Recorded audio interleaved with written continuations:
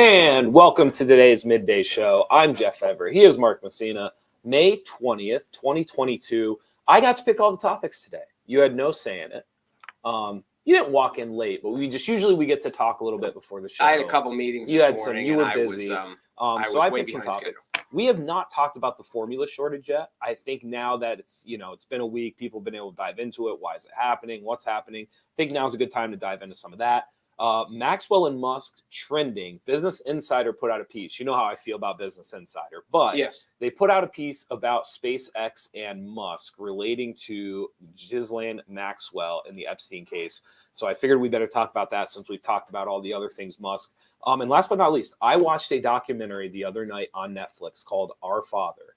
It is creepy, disturbing, fascinating. All of those things. You have never heard of Dr. Donald Cline. never.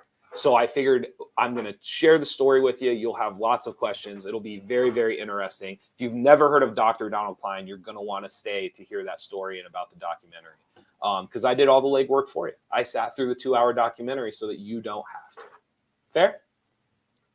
Well, I mean, it's only fair. I sat through a 2.5-hour Montoursville JV baseball game yesterday, so you don't have to. Yeah, but I chose not to have kids.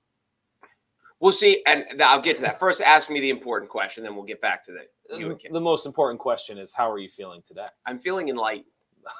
Okay. Would you like to know why? Sure. Do you? Maybe I think I'm the only person who didn't know this. What is the nationality of Ariana Grande? Oh my goodness. I don't know. Good. Okay, I feel smarter already. That's what timeout. That's your enlightenment is the nationality of Ariana I thought Grande. she was Hispanic. Okay. And then I was yelled at because it's not Hispanic, it's Latina. Is there a difference? Like, is one like? I don't know. As far as nationality, like the naming of nationalities, I don't know. Because I used to always have this joke with my brother when they're like all the baseball players that were from Latin America, and I was like, how are they from Latin America? They don't speak Latin. Like, why is it called Latin America? I don't understand that. But anyway, so I thought she was a Latina. She's Italian. Oh, interesting. I mean, I had no idea. I didn't know that either, but I mean, that doesn't not make sense. Now that I hear it, I'm like, okay, I buy it, but I didn't know. Short, dark hair. I mean, it makes perfect sense. Now it does, but I would have gone all chips in. Okay. That she was. Yeah. No, I think she's born in New York. I don't think like she's not from the homeland, but like her parents or her grandparents or somebody's. I did not know that. Unbelievably talented. Yeah, we were just talking about that. Were you? So this was because I obviously scrolling through stuff and all that. People obviously know she can sing a little bit. Her impressions are unbelievable. I've never seen those. If you've never seen it before, it is worth like Googling like Ariana Grande does impressions. She can do musical impressions. She can do acting impressions. She did a Jennifer Lawrence impression the other day that was like spot on. It is like SNL level like impression, really, really gifted. Well, what's funny is like as I talk about from people my generation, as we were introduced to Ariana Grande, it was as Kat on the Disney was show. It Victorious? I don't remember. Because then she had the show Sam and Cat. Okay. Where she played the girl that was the biggest airhead in the history of television. Yeah. And she was brilliant. If you have never seen, I just told our people out there, if you have ever seen, they did like a 5-minute spoof where she was Dorothy in The Wizard of Oz. I think I have in a bathroom. This. I think I've seen this. It's fantastic. Yeah. Really she is, as we were talking, because I just said how, and I just grew watching her on TV shows. Yeah. But now seeing her sing, hearing her sing, seeing the interviews, hearing and then remembering the character that she played. She's an incredibly talented actress. And I didn't know any of the impression stuff you were talking about. Look up the impression stuff. I wish you would have told me this before. We would have had breaking news. Ariana Grande is Italian, and that's how we would have broken it's open only the show. Breaking for me, apparently. Well, and you too. True. For us. I did not know. Let's dive into some of the stuff today. The U.S. formula shortage. How much have you gotten to read about this? Have you gotten to see about this? Well, I know there is, and I know that one company, something happened with a company, the government shut them down. Now the company's been FDA approved to reopen. Yes. I find it interesting as I'm just doing timelines. Yep. And you just mentioned 2 minutes ago you chose not to have kids, but this was you now live with your girlfriend. Yes. This was your idea to bring up the baby food. Why Yes. is baby food on your mind? Because I think for a lot of people this is serious. This is the other part too. My friends all have kids, like, and under the age of 2. Like, they're all between. So you're not saying like, This is not a 7 to 8 prediction. months from now, there better not be a shortage. This is not a prediction from me. This is just kind of. This isn't foreshadowing. You're not nesting or anything. This is me. See, you wouldn't be able to relate to this. This is me being a concerned friend. This is me being worried about my friends and their kids. Very well played. Thank you very much. Very well. I like it. So essentially, what's happening now? They did reopen one of it. There's only a few companies that can actually make the formula here in the United States. Gerber. Some other things that people may not know, we have a tariff. I found some of this fascinating. We have a tariff on formula that is shipped in or exported, imported in from other countries. It's set over 17% tariff on any baby formula that's brought in from outside of the country. Which is a pretty significant tariff if you go through and look at some of the others that we have implemented. Is there a health? I'm not sure. I'm that? not sure what it is. So some of it, like, people have gone through, they've done the deep dive. People on Twitter are claiming like there's lobbying essentially done by these companies to try to keep it out, and it allows them to raise their prices a little bit while keeping formula from competitors outside of the country at bay. So essentially, you can't leave the states to find it. Right. So there's some price gouging, I guess, if that's what you want to call it, a little bit going on there. There was one other part, state contracts. So most of the baby formula is not actually bought by corporations. It's mostly bought by the government through certain programs. So over 50% of baby formula is bought by the government, who have a leg up to buy it first, clearly, because they have state contracts and it's already labeled in. And if you're a company making this stuff, like, it's guaranteed money, it's guaranteed orders. Like, obviously, you're going to fulfill those first before you fill the shelves. It's funny. I'd heard this, and I don't know if it's true, but it makes sense. Yeah. That the company, the distributor of the most Heinz ketchup, distributed it for free because it was McDonald's. Oh, yeah. And so McDonald's bought more and they actually gave more away than Heinz sold. Now, whether that's true or not, I don't know. But when you hear it, it makes sense. Oh, it makes perfect sense. Because they give so much away for. So yes, I can imagine if McDonald's, and I assume it's Heinz. Doesn't McDonald's? Aren't they with Heinz? I don't know where. I'm trying to look at the pack. I'm trying to picture a packet. But it makes sense if McDonald's is the biggest, by far and away, purchaser of ketchup from Heinz. Yeah. That the government is the biggest purchaser of baby food from Gerber. Is Gerber even the company? I don't know. Or did Gerber get bought out by somebody? In the 3 stories that I read and brought up and that I trusted, they don't have the companies actually listed themselves. Okay. So the other, like, shortage is a weird word. There was an opinion piece that I didn't necessarily use for this, but there was an opinion piece that I was reading, and they essentially said, like, shortage might not be the fair word. It's actually the distribution and who's receiving this stuff first, because what they're doing is a lot of these companies are fulfilling their government contracts because they're their biggest buyer. Correct, because they're the biggest buyer. And so if there is, for any lack of, whether it's a supply chain issue or whether it's actual, like, creating the formula and getting it where it needs to go, like, it's still there. It's just not going where you or I would go to buy it, essentially. That makes sense. These different programs. The other piece of this that I found interesting, because both of those so far I found, were things I didn't know until this morning. The other part of this that's interesting, President Biden invoked the Defense Production Act on Wednesday to ensure that formula manufacturers are first in line for any ingredients that they need. He also directed the Defense Department to use its contracts with commercial airlines to speed the delivery of formula from overseas, and we are going to start paying those tariffs to bring it over and essentially supplement what we need to get. The interesting part about this is there was a boatload of Republicans who voted against an act that would essentially give money towards creating more formula here in the States. A lot of them voted against it. In a weird way, it kind of forced Biden's hand to have to implement this on Wednesday, that they actually had to do, like, the Defense Production Act, which I believe I was talking with Jerry about it. It's been, I can't remember the last time we actually implemented the Defense Production Act. So I don't know. I guess it's one of those 50-50 things that I'm always seeking out and I always find fascinating. You have people upset at Republicans for not voting to pass an act to create money and use money, taxpayer money, to have more formula. But then on the flip side of it, I think Republicans are looking at Biden saying, like, you have this Defense Act, you can have the government essentially pay for this stuff, and you can have it supplemented another way. And we already have factories that can make this stuff. Like, use the Defense Act. We haven't used it in forever, and like get what we need.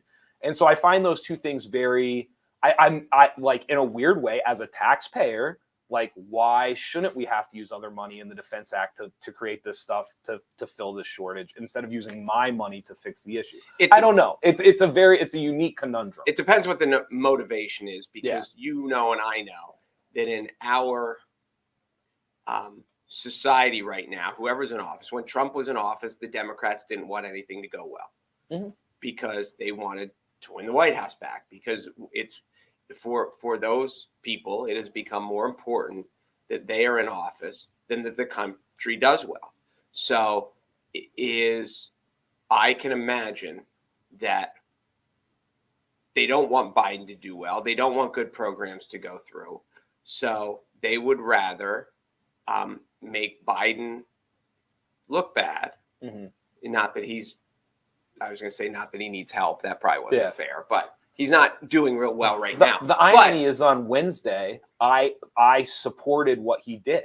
Like, on Wednesday, when he used the Defense Act to do this and force companies to like make more formula, I was like, great. And I was like, that's what we should do. If the Republican people who voted against, as you're talking about, if they're like, no, this is just a better plan because where the money comes from, where other people get this or whatever, then that's great. Sure. Was there some sort of strategy that now they are going to come back when it comes time for re-election, that they're going to say he was such a weak president, he couldn't get this through, and he's unilaterally making these decisions again?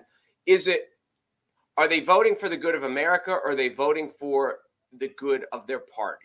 And that's a sad reality of the world we live in. The interesting is, like, as a registered Republican, like, I was actually very pleased with Biden on Wednesday for like implementing it. So I don't know. It's a fair question to ask. I think it's very, very unique how this problem is going to be solved. The other thing too, they came out and said they don't think there's a short-term solution for this. They think that this is going to take half a year to a year to actually like balance itself out, despite implementing the Defense Act, despite bringing stuff over from overseas. Like, they don't think this is short-term. They think this is going to take a while. You know what would be a good idea then? What's that? To get rid of Roe versus Wade. The timing seems perfect. Which one? Roe Wade was more kids, nothing to feed them. Roe Wade was that leaked before this shortage kind of came about. There are opinion pieces that you can find. One of them's at the Washington Post, and you can find opinion pieces explaining why both sides would want to leak this before the shortage was announced.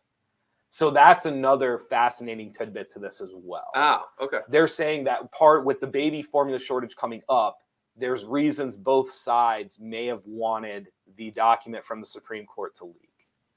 Okay. Yeah. So it is. So the point I'm making is, like, you're not wrong. Like, there is. Am I ever? It can happen. It can happen. Let's go to Maxwell. You were saying down the road it could. It hasn't happened yet. Are we being clear on that? No, we're not being clear on that. Let's go to Musk and Maxwell. I had it out for Maxwell in the way the mainstream media was covering. No, that's not accurate. You had it out for how the mainstream media was going to. I mean, Maxwell, everyone knows she's a dirtbag, but yes, you before anyone else did, and no one else really talked about it, you foresaw that this is not like the Johnny Depp trial is on every day. Yeah. The Maxwell trial, you don't even know it happened. The only person that reported on it was you. Thank you. There is I'm glad you brought that up. And you saw it coming. I'm glad you brought that up. So there's the first part of this. There are people all over social media complaining about how visible the Heard Depp case is versus the Maxwell one. There is a legal reason for that. Because of the way the Maxwell trial was and the level it was, it cannot be televised. Like, that is actually in the law. Like, that is part of what you can it be reported on?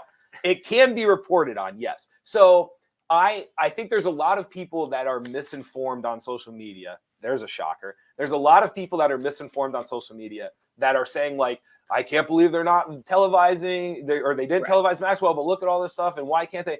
Legally, like, things would have to be changed to show the Maxwell trial. Now, with all of that said, once the cameras are off, people are still reporting on Heard and Heard and Depp and all this. Nothing was reported on Maxwell. So now it's coming out. Business Insider, which I'm not like, I always question it, but it's taken hold. The title of the piece was, a SpaceX flight attendant said Elon Musk exposed himself and propositioned her for sex. Documents show the company paid $250,000 for her silence. Couple of things before you go. Wait, hold on. Repeat that again. Who was a SpaceX flight attendant? SpaceX flight attendant. Okay, said Elon Musk exposed himself and propositioned her for sex. The company paid $250,000 for her silence. Okay. See, maybe that's okay. Go ahead. So real quick, because it is now trending on Twitter. Okay. Musk has already tweeted essentially saying, I guess everyone gets to use the Elon Gate name now. Like, essentially kind of like mocking the piece. So there's two ways to look at this. One is, it'd be like trying to buy, it'd be like trying to buy Coke and Coke saying you're not allowed to drink Coke. So he's trying to buy Twitter, but like 99% of Twitter is essentially like hashtag Elon Gate, like anti-Elon right now, like kind of calling them out for this piece. And then the other part of it is you have like the whole SpaceX flight attendant and them coming out and Maxwell and all this stuff. I think we knew this about him, but I think I think the people who know this story are so upset about Epstein and Maxwell that like the Gates and the Musks and the Clintons and the Trumps and like all these other people are getting like this weird pass because we're so ingrained on like, you have to get Epstein and Maxwell first before you can even think about going and getting these other people. Well, he is so much more on the tip of everyone's tongue. Yes. Like Clinton's, and I mean, Trump's much more of an active player, but sure. It is a fascinating topic. Here was my comment, and this was as stupid as this is. Isn't this the wrong order? And maybe we were doing it wrong. I mean, are you supposed to expose yourself first and then ask for sex? I thought it went the other way around. Well, I mean, since we're talking about it, 250,000 isn't enough. If it's Elon Musk, like they should. I mean, that's 2 million, 3 million, 4 million. Oh, like, if you're the girl? 250,000. I don't think it's enough. You think it's enough to keep quiet? Well, the question becomes, could you have gotten more? Sure. What if she's absolutely? What say she's making? I mean, if she's making 75 grand a year, she's got a 3-year paycheck. Yeah, still, it's Elon Musk though, and she's working for SpaceX. Well, even she's working for SpaceX, she's probably making more. Wouldn't you think? Those rich people don't always pay people a lot. That's one of the ways they stay rich. Like, no, that's a very fair point. Yeah, no, it's fair. Ask Walmart, ask Amazon, ask. But it's interesting now. Like Epstein is dead.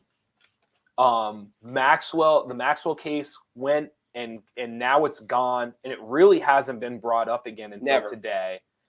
I do wonder now if you are in a photo with Maxwell and Epstein, or you are tied or connected to them. Is this the beginning of like now the trickle down of it was Epstein, it was Maxwell, and now we are officially at the point now where it is like the Clintons and it's Musk and it's Gates. Okay, so let me walk through this because so Elon exposed himself to a flight attendant on SpaceX, which has nothing to do with Jeffrey Epstein. Say that one more time, sorry. He exposed himself to a flight attendant on his own. Yeah. So that had nothing to do with Epstein. No. So now there's a friendship, or he had pictures or whatever with what's her name? with Epstein's girl. Yes. Was he at the island? Was he? So do we have any implication that he was with underage girls? So there's no publication of him on the island. Like there's been nothing released that shows he was on the island. There's numerous photos of him with Maxwell. And then there's also like flight records that show like his flight happened to be at the same place as Maxwell or Epstein's flight was going, like the flight docs. So they were. So even though they might have been, they on obviously knew flights, each other and they were friends. Correct. But if he wasn't on the island. Mm-hmm. So do you like this if you're is like friends an with a island bank or robber, nothing? it doesn't make you a bank robber. Oh no! I agree with that. I'm sure. Let me just I'm sure Jeffrey Epstein had adult male friends who never slept with an underage girl. Okay. They all couldn't have. Like that's just how society. So just because Musk, it's a little bit of a leap. This is what I would say. I think if you're Gates or Musk or Clinton or any of these people, you can hang out with anybody.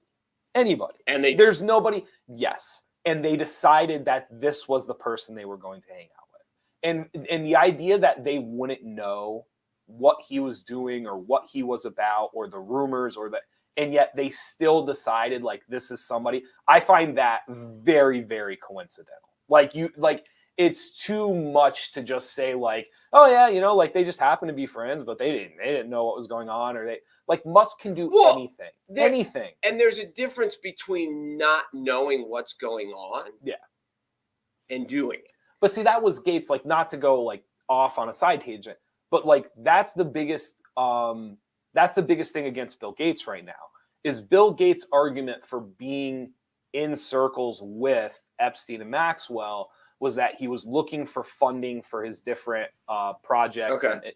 And so everyone's point is kind of like, you're Bill Gates. Yeah, you don't need funding. You don't need funding. B, you can get it anywhere. No, why is that the person? And so it's the same thing for me with like Musk. Like I'm not trying to sit here and say like, I know for a fact. No, I get it. But what I'm saying is like, I do think it's weird that some of these people, we've been so ingrained on what is happening with Epstein and Maxwell and the fact that like neither of them have necessarily been held truly accountable yet, that all these other fringe things, it's just kind of like we haven't gotten to them yet. And so if you're Musk or you're Gates or these other people, you can slowly kind of feel it starting to trickle down to them now. Whereas for the last 6, 8, 10 years, they've kind of been walking around like a ticking time bomb. No, I get it. Of controversy. So, and let's take this another way. We have these. If this is the governor of New York, say, he's in trouble and he's resigning. If this is an elected official, if this is the president of a publicly held company, what if Elon Musk just comes out and says, "Yeah, I did it. I paid her." That wouldn't shock me at all. And to be honest with you, the way he responded to it on Twitter, I kind of took that from it. Like I kind of took the sense of like it wasn't him denying it. And he can always throw in the "I was drunk," and he can throw in a lot. He can throw in the "I'm Elon Musk." Like there's lots of things he can. When he comes out and says she wasn't the first and she won't be the last. Like what? He's not gonna get fired from his own company. Like who knows? Yeah, no, that's an interesting part. He's in a different realm. Like usually we see this, and people in the cancer culture of the world, is he uncancelable? It's so this brings up another question too. The way he responded on Twitter, I do wonder, like, can you make yourself uncancelable? Cancelable? Did we make up a word? Or isn't it? We did. Like the way you respond almost makes it so you're very hard to cancel. Like people who come out and immediately like deny, respond. And he just came out with like a one sentence, like kind of like, I guess we get to use that elongate tweet now. And like, in a way, if it's very apparent that the story, when he woke up this morning, the story didn't affect him, then I don't really know what all the tweets are going to do. Right. They're not going to do anything. Right. Like 1 million people can tweet #elongate and complain about it, but they're not the law. And to be honest with you, like he's still going to sell Teslas. He's still going to people are still going to order internet from him with Starlink. Like, I don't know. And there's we've never had anyone in this position, at least I don't think so, where what if he comes out and just says, yeah, I misread the signals. Like, I thought we had something going on, and then all of a sudden it went really bad. And right. It's I mean, interesting. does America just be like, oh, okay. Yeah. So the real tidbits here before we leave, a flight attendant, we talked about that, said Elon Musk asked her to do more, quote, do more during a massage. The billionaire founder exposed himself to her and offered to buy her a horse, according to claims in a declaration. Obviously, that's not the so write that down. When you're offering parting gifts, horse doesn't work. Horse doesn't work. After she reported the incident to SpaceX, Musk company paid her $250,000 as part of a severance agreement.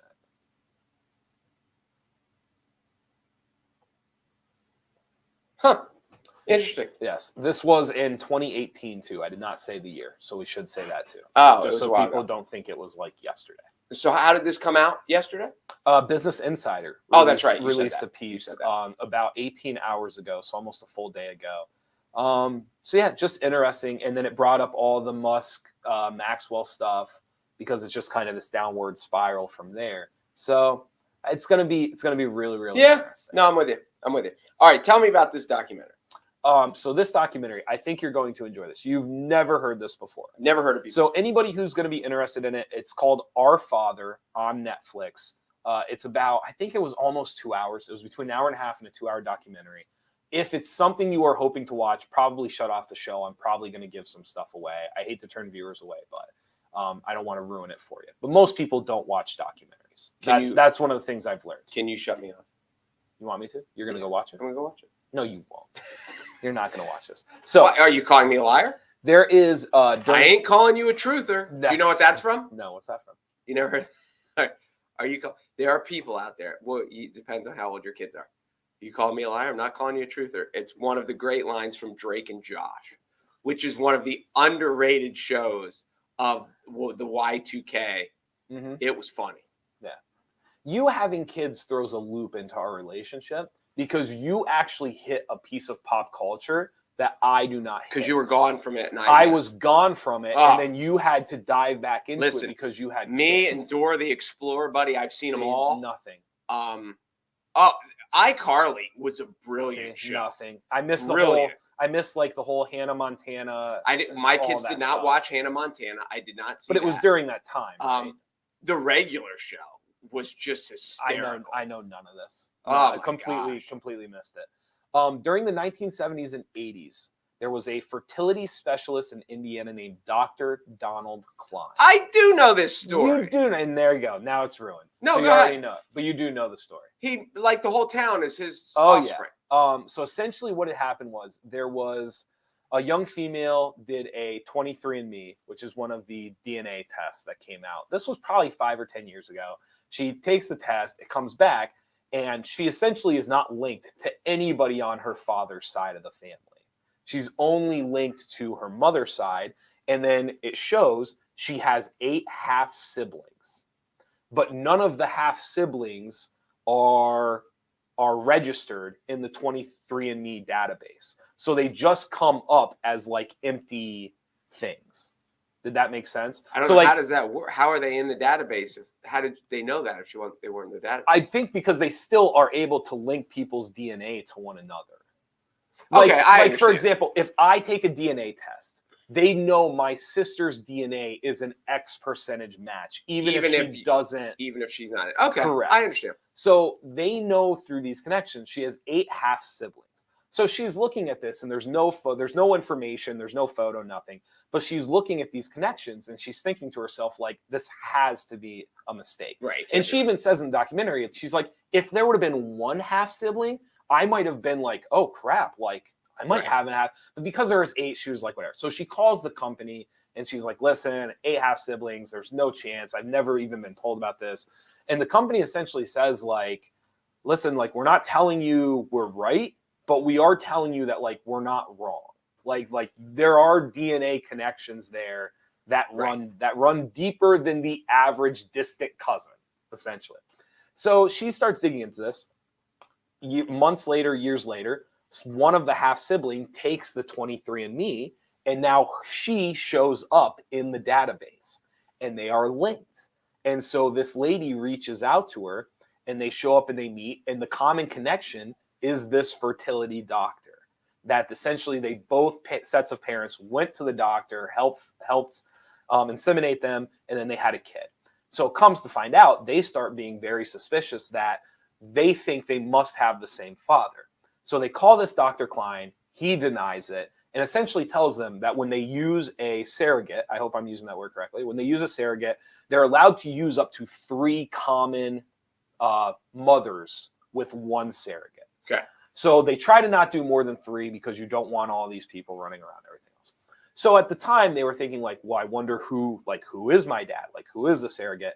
And Dr. Cline claimed to have basically burned all the records. Like, all the records were lost in a fire and there was nothing to be there. Sure, right? So time goes on. More and more people take the 23andMe test. I've never done the 23andMe. I'm assuming you have not either. I didn't know what it was until my parents did it, loved it. They were fascinated by it. Really, really. Really? Yeah. So if your kids ever suggest it for a gift, say yes, because it is really, really cool. So more and more people. When you're an adult, yeah, and your kids ever think about getting you a gift, yeah, you just accept it. There you go. Because you're just happy they thought of something. But some people are antsy about this stuff. Especially like the older generations, like the whole DNA testing, and now they have. Oh no, I know. Like, a lot of people are very skeptical. Well, my first fear is like needles, but it's like isn't it a cotton swab or something like that? Yeah, it's like, not. It's not a blood test. No, you literally send the kit back in. Yeah, like no, it's not. You're not drawing your own blood. Okay, good. So essentially, more and more people start getting on the 23andMe, and the way they do the documentary is very neat because they start with sibling number 1, and they start introducing patient 0, if you will, essentially, and they start introducing you to more and more and more. So my girlfriend and I are watching the documentary, and I'm saying to her, like, the number starts going up, and I'm like, this is going to triple digits. And she's like, no, it can't. And I'm like, telling you, like, I think this is going to triple digits. So they introduce you to somebody else, and that's like sibling number 7. And then they go up to, it's like sibling number 14. And all these people keep having more and more of the same connections on 23andMe. And essentially what they discover is, like, it has to be the doctor. They all are pale white, blonde hair, blue-eyed, like, and you know what was weird? We were watching it. And this was, like halfway through, I turn to my girlfriend and I go, you're going to think I'm really, really weird. They all have the same lips. And she looks at me and she's like, I was thinking the exact same thing. So they all have like these weird facial things that just, you can tell like they are all related. So there's this like 30-mile radius outside of Indianapolis. I forget the exact name of the town, but this like 30-mile radius, they believe that there's over 100 people that are half siblings. And they believe the number could be astronomically higher if you actually go through and do the math of how many people came to see this doctor, this Cline guy. Wow. Really, really fascinating. So where's he at now? So as of right now, they went to court. He actually like got off essentially. Yes. Which that back end of the documentary is no pun, by the way. What's that? Yes, no pun intended at all. The first half of the documentary, like, you're going through and they're unveiling everything. And I'm looking at it and I'm thinking to myself, like, what is going to be the back end of this documentary? Because they're kind of like unveiling the juiciest parts at the beginning of this. So the back half of it is the court proceedings and them. And that part actually is really, really good because, not to give it away, like, it's like a slap on the wrist, walk out the door. Essentially what they determined is what he was doing was not rape. So they went to court and they essentially said artificially inseminating people without their knowledge against their will was essentially rape. And the courts in Indiana determined it was not. Well, was